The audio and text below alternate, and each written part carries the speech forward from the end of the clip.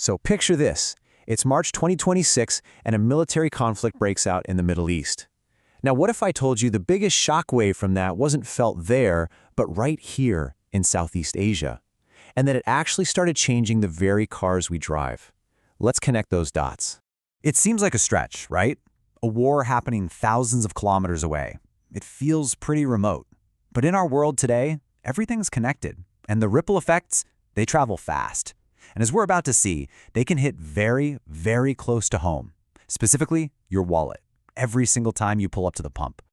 Okay, so the whole chain reaction kicks off right here, in this one incredibly important stretch of water. This little passage is the geopolitical trigger for our entire story. The Strait of Hormuz, you can think of it as the jugular vein of the global energy market. It's a really narrow passage, but its importance is just massive. So when this choke point is threatened, believe me, the entire world holds its breath. Just think about this number for a second. 20%. 1/5 of the entire planet's daily oil supply has to squeeze through this one tiny choke point. So when it gets blockaded, like in our March 2026 scenario, it's not just a small disruption. Oh no, it is a seismic shock to the entire global system.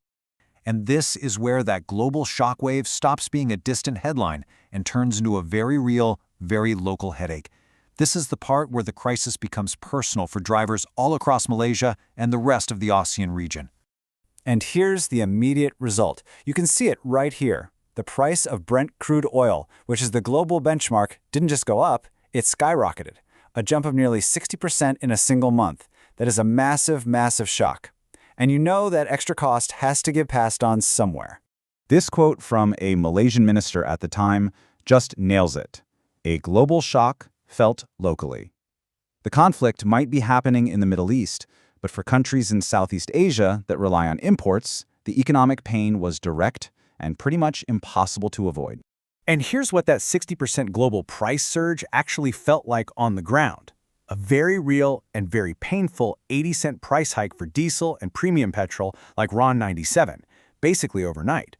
All of a sudden, the cost of just getting to work, of running a business, of just living your life went up dramatically. So what happens when filling up your tank suddenly becomes a major financial decision? Well, people naturally start looking for an exit ramp. And for a lot of folks, that escape route started to look really, really electric. You can see this shift in thinking happening almost in real time. Online searches for electric vehicles shot up by 20%, and at the exact same time, interest in regular petrol cars dropped by 15%. People weren't just complaining about the high fuel prices, they were actively looking for a way out, for a way to protect themselves from this kind of chaos. The logic just became crystal clear. On one side, you've got petrol, super expensive and totally unpredictable.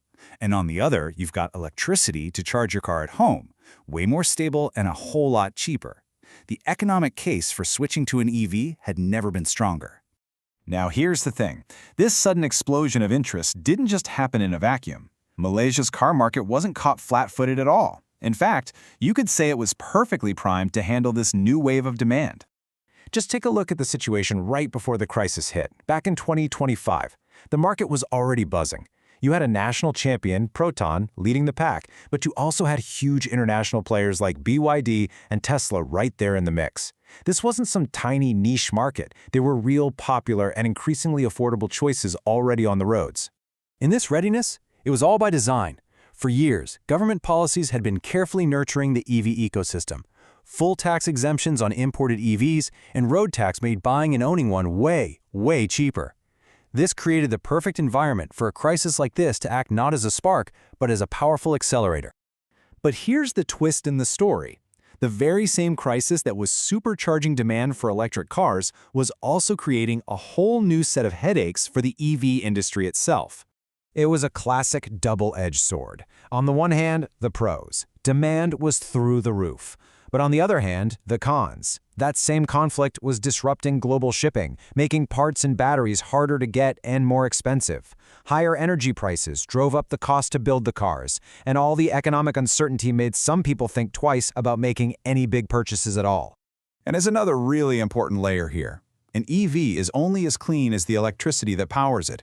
This data from 2022 shows that Malaysia's grid was mostly powered by fossil fuels, like coal and gas. So while switching to EVs is a huge win for energy security, getting the full green benefit means we also have to change how we generate electricity in the first place. So all of this brings us to the big question. Was the crisis of March 2026 just a temporary blip on the radar, or did it actually represent something much deeper, a permanent tipping point in how we all get around? Well, experts like the futurist Chris Metter argue that this was it. This was the moment. That the fuel shock wasn't just some temporary inconvenience. It was the point where the balance shifted for good, when the economic argument for EVs finally became undeniable for everybody. So what's the big takeaway here? The Hormuz crisis basically acted as a massive catalyst. It forced everyone to think about energy security, and it massively sped up consumer demand for EVs. But at the same time, it was a stress test, and it exposed some serious weaknesses in global supply chains and showed us just how ready or unready our public charging infrastructure really was. And that leaves us with one final thought. As the world gets more unstable and these fuel price shocks become a recurring threat, maybe the biggest question for the future of EVs isn't, can I afford to buy one anymore? Maybe the real question is, can I reliably charge one wherever and whenever I need to go? The focus might be shifting from the sticker price to the power plug.